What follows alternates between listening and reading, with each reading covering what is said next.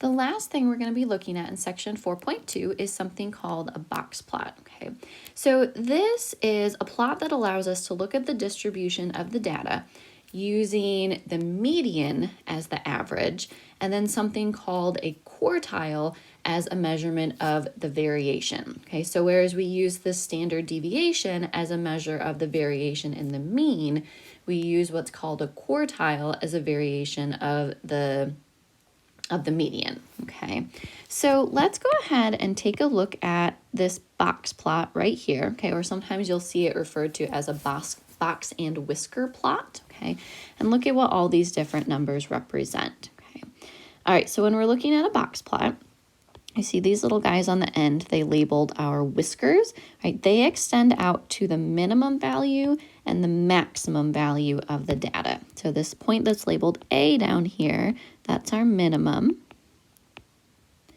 And the point that's labeled E up at the top, that's our maximum. All right, and then the point in the middle, C, that is going to be our median.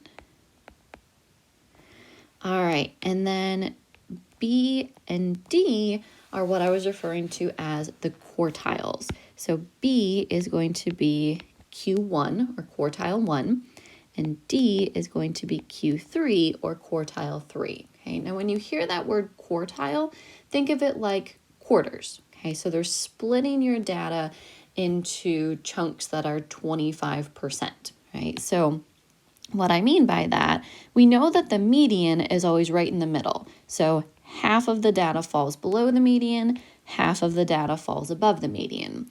The quartiles are, again, splitting those in half. So you're going to have 25% of your data between the minimum and Q1. You're going to have 25% of your data between Q1 and the median, 25% of your data between the median and Q3, and 25% of your data between Q3 and the maximum. All right. And then the last thing to talk about on here is this piece right here labeled the IQR. Right? That's our interquartile range. That's the middle 50% of the data that falls between Q1 and Q3. All right, so let's go ahead and take a look at an example of a box plot and try and gather some information from it. So number 8 says the box plot represents the scores of students in a test for which the maximum score was 100. So the first thing it asks us to do is identify the 5-number summary. So that means the minimum, Q1, the median, Q3, and the maximum. And it says write them on the graph. Okay. All right, so remember our minimum is this vertical line over here at the end of our whisker on the left-hand side. So this would be our minimum. And to me, it looks like that's right at 10 on this one. So our minimum is 10. All right, then we need Q1. So that's this first vertical line right here. That's part of our box. All right. And looks like maybe 64, 65, something like that. I'll call it 64. All right, the median is the line in the middle of your box. Okay, not necessarily in the center, but the line that's within the box itself. So that's our median. It looks like maybe 77, something like that. All right. Q3 is the line on the right-hand side of your box. So that looks like maybe 82. And then the maximum is the vertical line all the way to the right-hand side. That's on the end of your right-hand whisker. It looks like our maximum is 100. Okay, so that, I forgot to write those numbers on here. That was 82. And 100. All right, so that is our 5-number summary. Okay, so then, I guess that wasn't actually part of A, that was just a preliminary step. All right, so A asks us what is the range of the scores. So the range is just the maximum value minus the minimum value. So in this case, 100 minus 10 gives us a range of 90. And then it also asks us, what is the range of the scores in the middle 50% of students? So the middle 50% of students would be everybody that falls between Q1 and Q3. So range of middle 50%. All right, so that's going to be 82 minus 64, which we can pull out our calculators if we need to. 82 minus 64 gives us a range of 18 for that middle 50%. Okay. All right. Part B then says the horizontal line on the left of the box, so this guy right here, that left-hand whisker, is longer than the one to its right. Okay, so the whisker on the left is longer than the whisker on the right. What does this tell you about the spread of the scores? Okay, well, basically, the longer whisker on the left-hand side tells us that there is a bigger spread for the bottom 25% of students than there was for the top 25% of students. Okay, so there is a bigger spread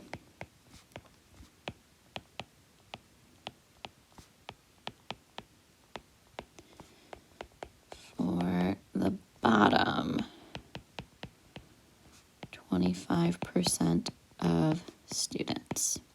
Because remember, whenever you're looking at these box plots, we know that we have the same number of students represented in this piece right here as we have represented in this piece right here. So there's the same number of students below Q1 as you have above Q3. So because that line is longer, that's just telling us that these students to the left of Q1 are more spread out than the students that are above Q3.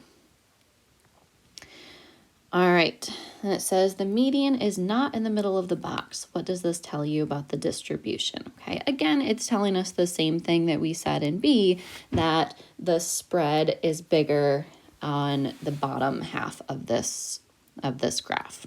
Okay, so the spread is not the same throughout the scores. Okay. All right. Approximately what proportion of students achieved a score above a 64? So 64 was the number that we labeled as our Q1. And remember, Q1 is the value that represents the split between the bottom 25% and the top 75%. So what proportion of students achieved a score above a 64? That would be 75%.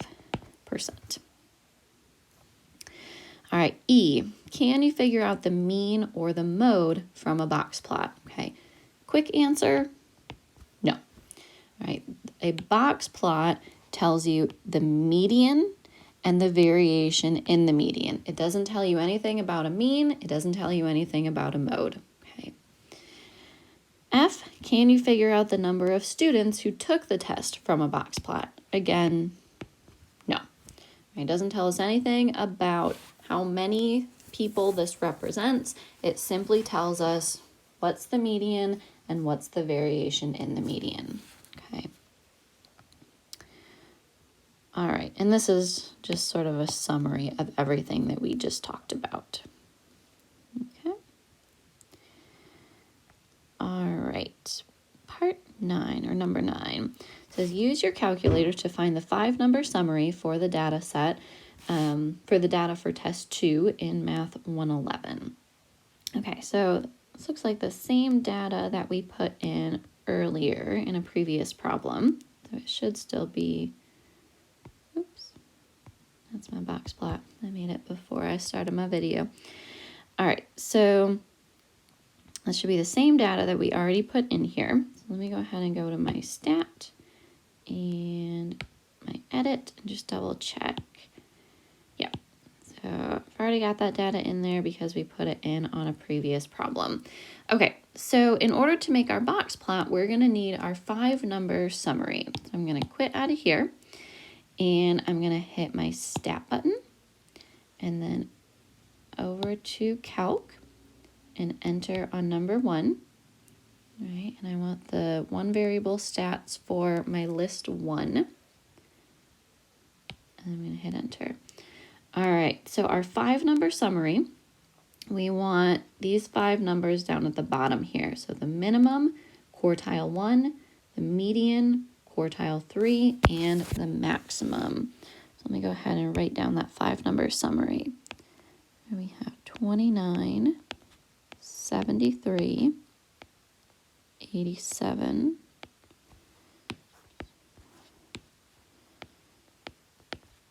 95, and 100. All right. So I've already gone ahead and just sort of labeled out my number line right here. So let's just do our best to place these on our graph. All right. So our minimum is 29. I'm just going to put a vertical line at 29.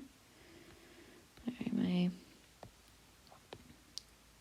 app here likes to snap it to the grid if I'm using graph paper.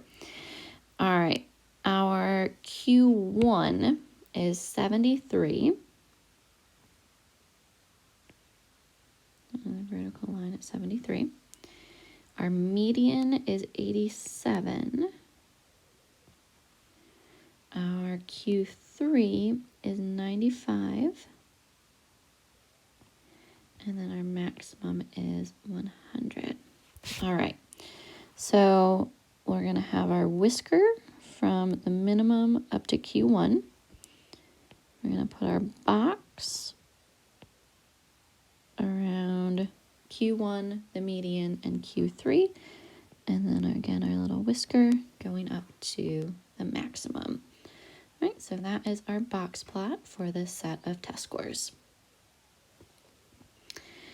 All right, the last thing with that, it says determine if there are any outliers in the test 2 data. So it tells us right here, an element in a data set is considered an outlier if it is more than 1.5 IQRs below Q1 or above Q3. Okay, so remember we talked about this briefly up here. The inner quartile range is this range between Q1 and Q3. All right. So for our example, our inner quartile range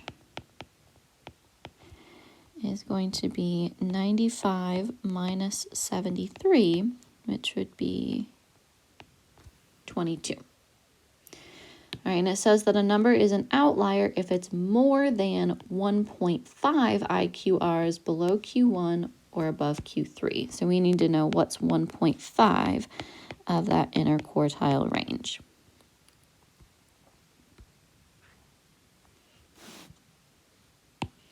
All right, so 1.5 times 22 gives me 33. All right, so it says more than 1.5 IQRs below Q1 or above Q3. So let's go ahead and take our Q1, which was 73, and subtract 33 from it, and that would give us 40. Okay, so any number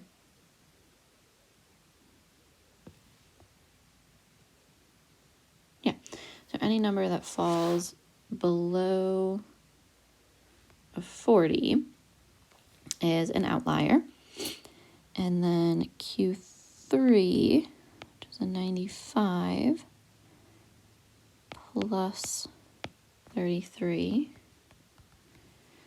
Yeah, this is a 128. Okay, so that one we definitely don't have to worry about because our maximum was a 100.